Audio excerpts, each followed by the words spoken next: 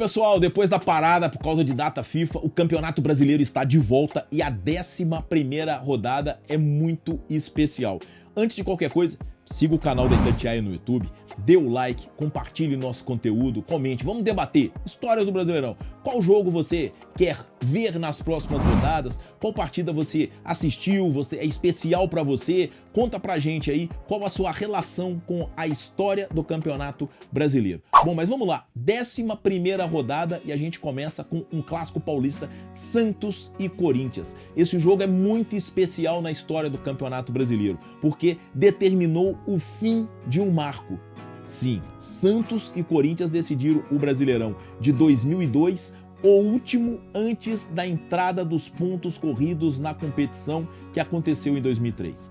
A era dos pontos corridos vem desde 2003, são 20 anos, 21 edições já de Campeonato Brasileiro nesse formato, e a última em que o título foi decidido no formato de mata-mata foi exatamente a de 2002. E a decisão foi toda especial, porque o Santos, que vinha de uma campanha apenas regular na fase classificatória, encarou um Corinthians que carregava um certo favoritismo, embora o grande time daquele campeonato fosse o São Paulo, que caiu para o Peixe logo nas quartas de final, mas a garotada do Santos, comandada por Robinho, Diego e companhia, encarou um Corinthians que tinha muita experiência, como Vampeta, por exemplo, e que tinha jogadores de destaque, como David, o Gil, os atacantes. Então, quer dizer, o Corinthians carregava um certo favoritismo diante da meninada do Peixe. O primeiro jogo foi com o mando santista e o Peixe já tomou a vantagem do timão. Abriu 2-0, gols do Alberto e do Renato. Renato já na reta final do jogo, aos 44 do segundo tempo.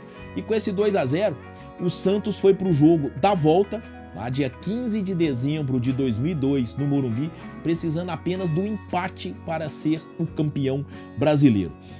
O Santos saiu na frente com um gol do Robinho, cobrando um pênalti que ele mesmo sofreu numa série de pedaladas diante do Rogério, volante, que jogava de lateral também, e nesse dia mesmo, pelo Corinthians, ele estava jogando de lateral. O Robinho fez 1-0, tá, para o Santos. Aí, o que aconteceu?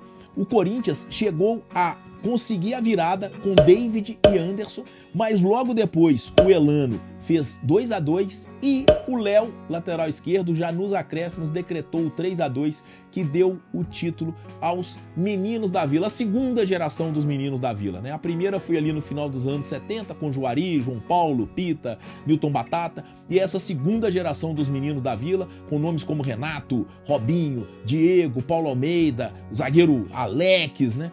É campeã brasileira de 2002 numa decisão em cima do Corinthians que marcou o fim de uma era. Por quê? Foi o último Brasileirão decidido no formato de mata-mata. A partir de 2003, a gente teve os pontos corridos. Pessoal, essa 11ª rodada do Brasileirão terá também Fluminense e Atlético. Os dois clubes nunca chegaram a fazer uma final direta de campeonato brasileiro, mas já tiveram envolvidos na disputa de 2 títulos. A primeira vez em 1970, isso mesmo. A última edição da chamada Taça de Prata teve um quadrangular final e na última rodada o Fluminense recebeu o Atlético no Maracanã, precisava do empate para poder ser o campeão brasileiro de 70 e alcançou esse empate por 1-1 com um gol do Mickey. Então, quer dizer, o Atlético ficou marcado na história do Fluminense porque o título de 70, embora fosse um quadrangular decisivo, mas foi conquistado sobre o Atlético com o Maracanã, com quase 120 mil pessoas, com um empate por 1-1. Quando chegou lá em 2012, aí a gente já tá falando de era dos pontos corridos, aí os dois clubes fizeram uma disputa direta e acirrada pela taça do Brasileirão. O Fluminense tinha sido campeão em 2010, o Atlético nunca tinha sido campeão brasileiro na era dos pontos corridos, muito pelo contrário, amargava o jejum desde 1971. Você se recorda que eu acabei de falar, né? Em 70 o Fluminense ganhou uma taça de prata em cima do Atlético. No ano seguinte o Galo foi campeão brasileiro no Maracanã, mas aí em cima do Botafogo e num triangular decisivo. Mas o Galo amargava o jejum desde 71, o Fluminense tinha sido campeão em 2010, mantinha mais ou menos aquela base do time que era comandado pelo Muricy Ramalho. Em 2012 o Abel Braga era o treinador tricolor, e Atlético e Fluminense foram brigando pela taça do Campeonato Brasileiro. O Galo, no início da competição, recebeu o reforço de ninguém mais, ninguém menos que Ronaldinho Gaúcho, vivia o início da sua era do Horto, aquele famoso caiu no Horto, tá morto, né? E em 2012 o estádio foi fundamental nessa caminhada do Galo na briga pelo título brasileiro de 2012 e a taça acabou ficando com o Fluminense. Mas os jogos entre eles tiveram caráter decisivo e um deles foi espetacular. O turno foi lá no Engenhão, empate por 0-0. No retorno, aqui no Independência, o Fluminense já tinha uma vantagem de 9 pontos sobre o Atlético, então quer dizer, se o Fluminense não perdesse, o título já estaria praticamente resolvido. Tá? O Atlético vai e vence de virada por 3-2 num dos jogos mais espetaculares que o novo Independência já recebeu. O Fluminense saiu na frente, o Galo virou e o gol da vitória realmente, o 3-2, esse jogo foi 21 de outubro de 2012, foi um golaço de cabeça do Leonardo Silva.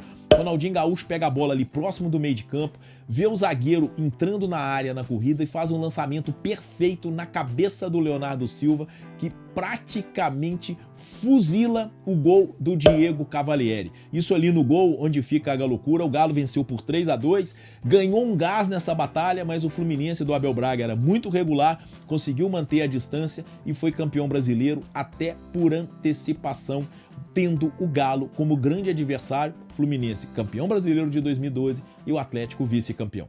Pessoal, essa 11ª rodada a gente tem Bahia e Palmeiras na Fonte Nova em Salvador, dia 21 de junho, quarta-feira, 9h30 da noite. E esse jogo é especial por quê? Por um detalhe muito simples, é o confronto entre os dois primeiros campeões brasileiros. Sim, isso mesmo. O Bahia ganhou a primeira edição da Taça de Prata em 1959, lembrando que ela foi equiparada ao Campeonato Brasileiro pela CBF em dezembro de 2010, quando teve lá uma resolução de presidência, né, de diretoria do Ricardo Teixeira, dizendo que todos os times que conquistaram Taça Brasil, Roberto Gomes Pedrosa, o Robertão ou Taça de Prata, né, estariam com o título de campeões brasileiros. Eu, particularmente, acho que a competição não passou a valer nem mais nem menos por causa disso. Mas, de toda forma, tem gente que dá muito valor a isso. E aí, o Campeonato Brasileiro, então, começa em 1959, justamente com o Bahia como campeão. Em 1960, a segunda edição da Taça Brasil, tem quem como campeão? O Palmeiras, que é o maior campeão nacional, inclusive, somando os títulos conquistados com essa unificação. Então, a Fonte Nova recebe nesta quarta-feira, dia 21 de junho, às 9h30 da noite, simplesmente o confronto entre os dois primeiros campeões brasileiros. O Bahia em 59, o Palmeiras em 1960. Um abraço, pessoal.